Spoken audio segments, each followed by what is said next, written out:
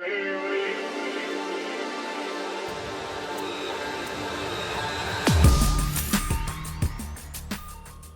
afternoon, everyone. I'm happy to present this year at STC. Unfortunately, I cannot be in person, but given this technology we have around us, I'm sure we'll manage to demonstrate our product and hear out your questions and address them one by one. So my name is Gregory Klumov. I represent the company Stasis. And if you haven't heard about us, we are one of the persistent builders in the space of stablecoin. The company was launched in 2018, and we started with regulation. In fact, when everybody was trying to do some unregistered securities offering, we said that this market will be regulated. Institutions will want counterparties to have some sort of a licensing procedures. So that's the time when we helped Maltese government to craft the legal framework around digital assets, which later turned out to be a nationwide regulation, which now goes by the name MiCA. And then we also were the first to pilot transactions, crypto-friendly transactions through a central bank of Lithuania, because we learned that it's very inefficient and not scalable to run an overlay of, say, e-money institution on top of a commercial bank. So we did the first transaction in 2019, and since then our stablecoin got significant adoption in the euro area. So we currently can face 175 countries. We can face both institutions and retail customers, onboard them, and on and off ramp into a euro stablecoin or any other crypto legitimately.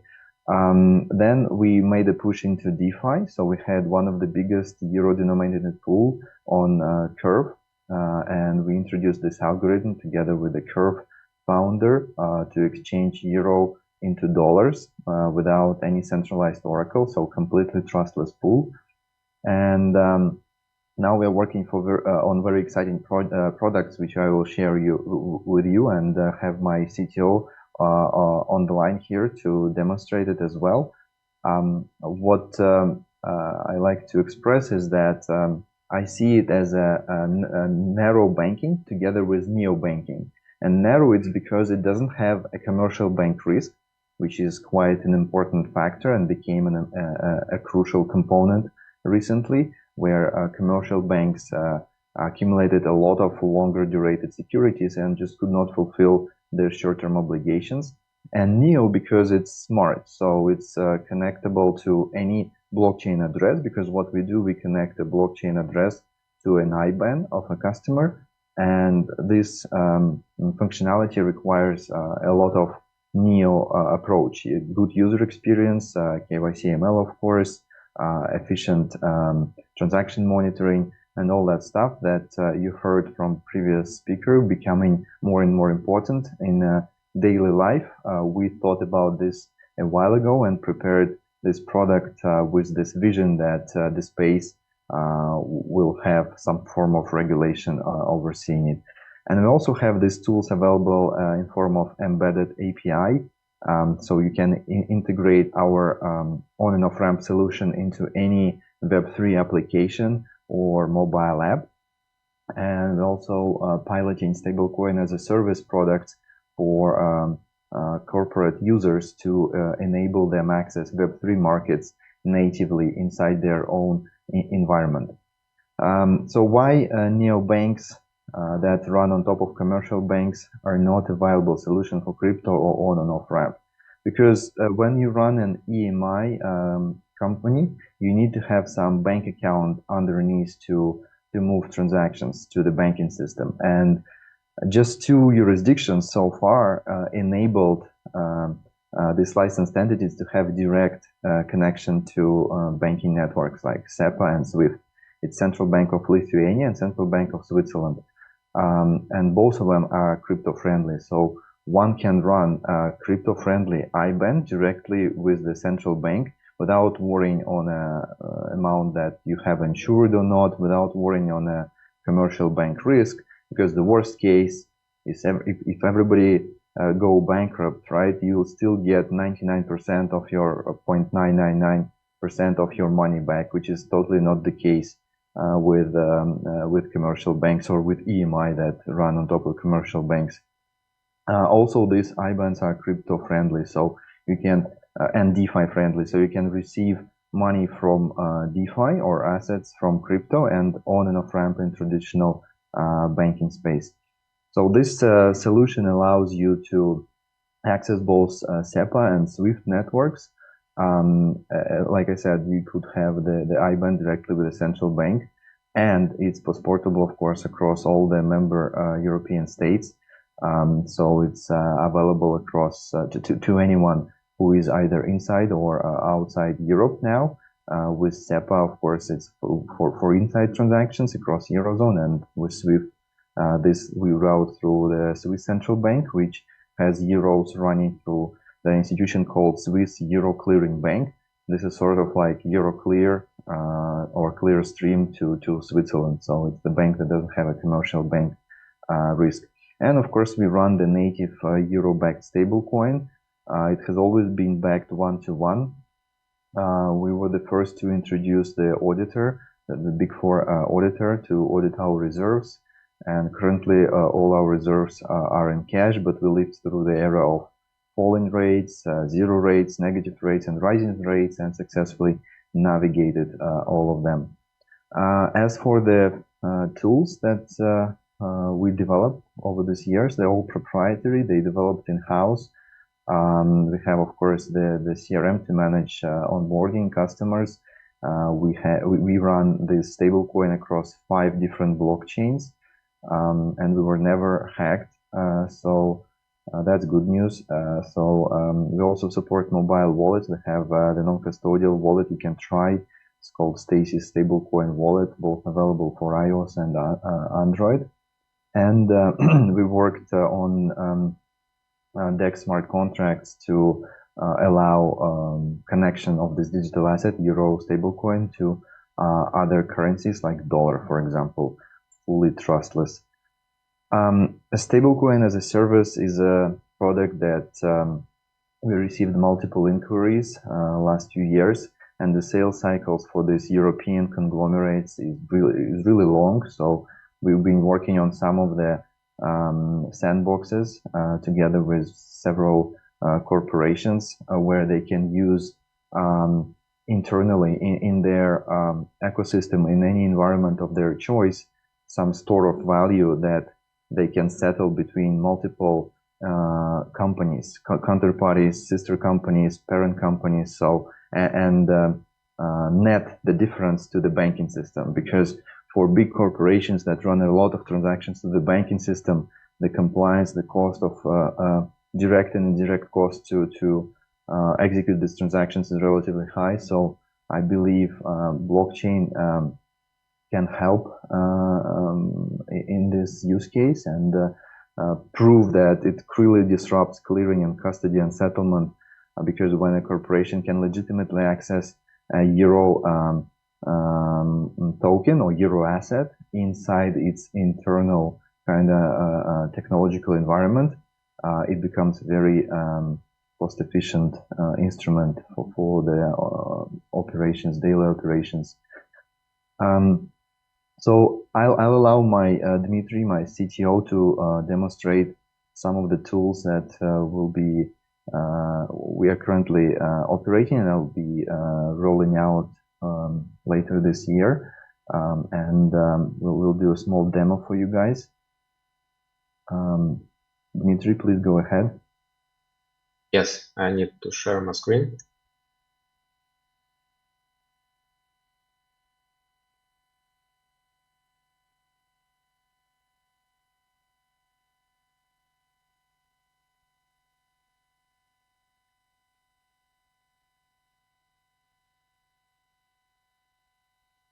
Hello everyone, my name is Dmitry, I'm CTO at Stasis, and today I will show a short demo on some elements of Stasis infrastructure. And I will start from the CRM system because it plays a a role of a backbone system for the whole Stasis tokenization platform. It supports the complete client's onboarding procedure, making it easier for the compliance team to review and approve customers' applications. The system stores all the client's personal data, including KYC documents, in the centralized database. And thanks to the modern web UI, it's very easy to find the necessary data in the system. Let's find some client by the email, for example. Yes, now open the client's card. And the client card contains all customer data and at a glance, including the status and the basic personal data, the last uploaded documents, open accounts, and the ongoing orders.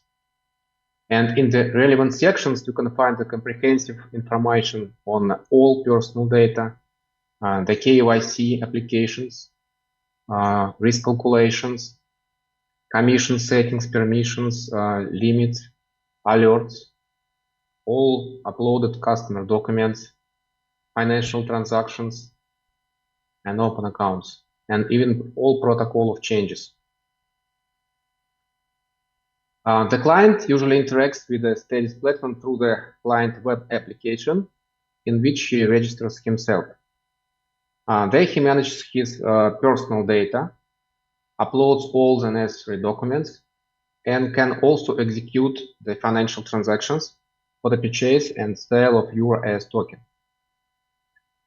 All changes to the personal data that client performs automatically create a change request, which is sent to the CRM for review and approval of the manager. And also to obtain the required level of access for financial transactions. For example, to increase the transaction limit, the client must fill out the KYC questionnaire and send it for review, which is also registered in the CRM system. So let's go back to CRM system and see how the KYC application looks like. So we can open the KYC application in waiting status. And here we can see different sections where all the personal data are filled by the client and can be reviewed by the manager. It also contains the uploaded document by the customer, including the ID document or proof of address or any other required documents for that level of access. And the manager can approve or reject or send to pending this application with certain explanation. After the application is approved, the client receives the required level of access. The same goes for change requests. If the client changed some data, for example, this client changed his phone number, we get this change request into the system showing the old data, the new data, and manager can approve or reject. When a client wants to perform a financial transaction, for example, to buy EURS, he creates an order in the client web application where he indicates all the necessary information. So let me do that here. Choosing the bank transaction, here I need to choose one of the supported blockchain. Here we support 5 different blockchains. Let it be Ethereum. Then I need to put my own personal crypto address, non-custodial, controlled by myself. Then I confirm this address. And here I put needed amount. I'm given the fee, which will be taken from this transaction. And when I submit this information, the order is created and sent to the CRM system. I can also choose the payment method, either the SEPA or SWIFT transfer. And that's it. Now we go to the CRM and look at the order. Open one, for example. Each order can contain several operations inside, which are necessary for the execution of the client trade. After receiving the client funds, the order will start to execute and funds are credited to the client's account. Then the assets are exchanged for the third. Sorry.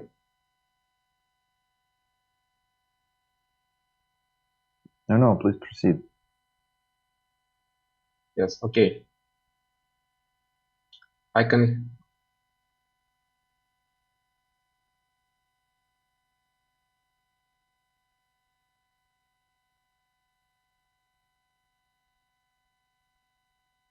You muted yourself, Jim. I can hear an echo. Yeah. A big echo. Shut down the beam stream, maybe that's okay. Okay, let me see. Yes. Okay, now I stopped the live stream because I was hearing the echo. Okay, the last step is the funds already on the client's account are sent to the crypto wallet specified by him. So the entire transaction history is available in his personal account in the web application. And finally, I need to say that all the functions available to the client through the web application can also be used through the web API provided by the Stasis platform. And to use this API, the partner needs to register in the system first and then obtain an APK. And after that, the partner will be able to use the Stasis API in his application. So here there are several sections showing the method. First section is about compliance operations, uploading the document, sending the information for the review. Then some operations for changing the client personal data. Then operations for account, getting transaction list. And finally, all the methods to deal with the transactions.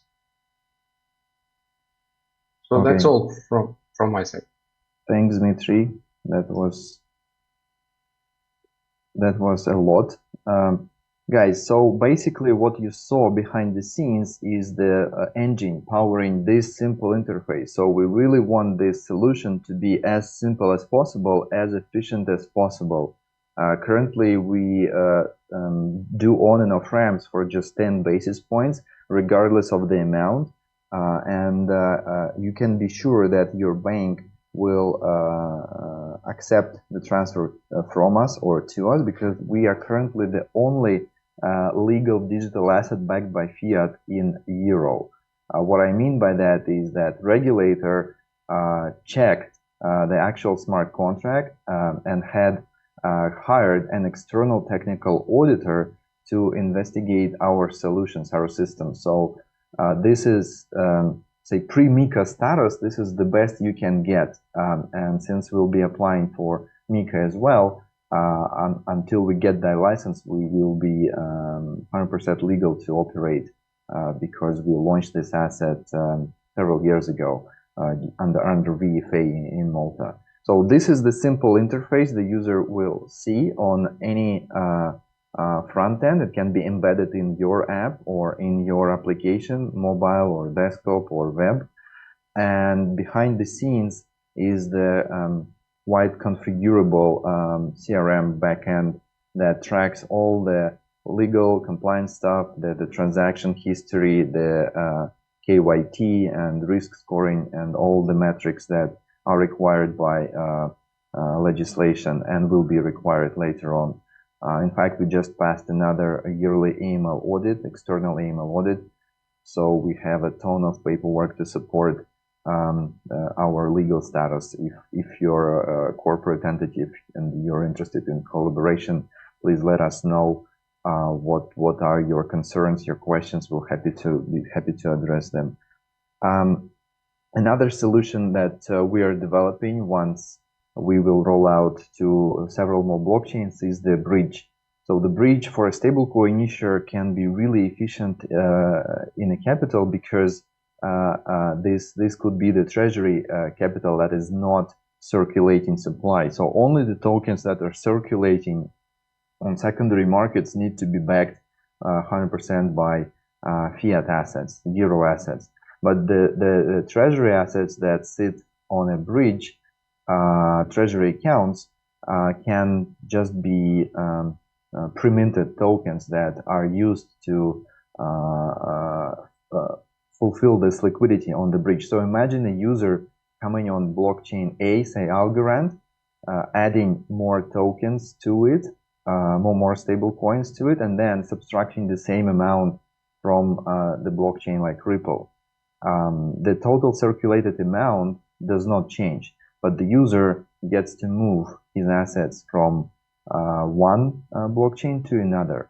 And because of this capital efficiency, I think it will be a very viable solution to move between chains once there are more in place. And we are working currently to develop a couple more blockchains to support this Euro stablecoin for them.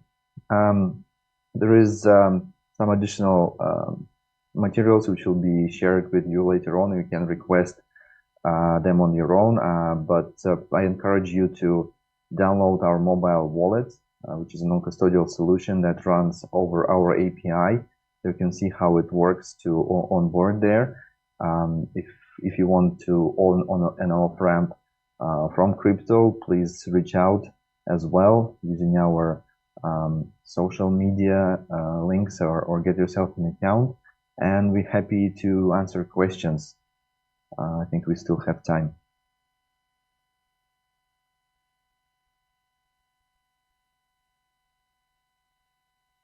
So we have a question from the audience. Can you please reiterate any proof of reserve solution? So about our proof of reserves, we were the first in the world to run the proof of reserves through Chainlink. So we did a separate socket on our treasury accounts across regulated custodians that we used, which Chainlink did access and broadcasted it to the world every few minutes or so, the exact amount of assets that we hold. Beyond that, we have a BDO, which is a big auditor in place that audits our books, and we have an engagement with them, so it can be audited even daily. We can publish these reports in a daily schedule. Of course, it adds up to some cost. We never had significant amount of requests to increase the frequency of reserves. We launched with weekly publishing of our reserves and now moved to monthly. But we can increase the frequency if the client, if there are a lot of clients who demand that, but we had never suffered any material depeg or hack or anything like that. We treated these things really seriously from day one, from start, and that auditor relationship that we have has been since the company creation, basically. So you can have several streams. First of all, the stream on our website of the reserve. Second, the auditor, and third is Chainlink. We are definitely open for any audit or any proof of reserve solution. If you're a provider of one, or if you know which one is better than Chainlink, we're happy to explore. We always rushed for transparency and maximum comfort for our customers. So I guess the best proof of that is you always were able to redeem or sell EURS back into Euro fiat.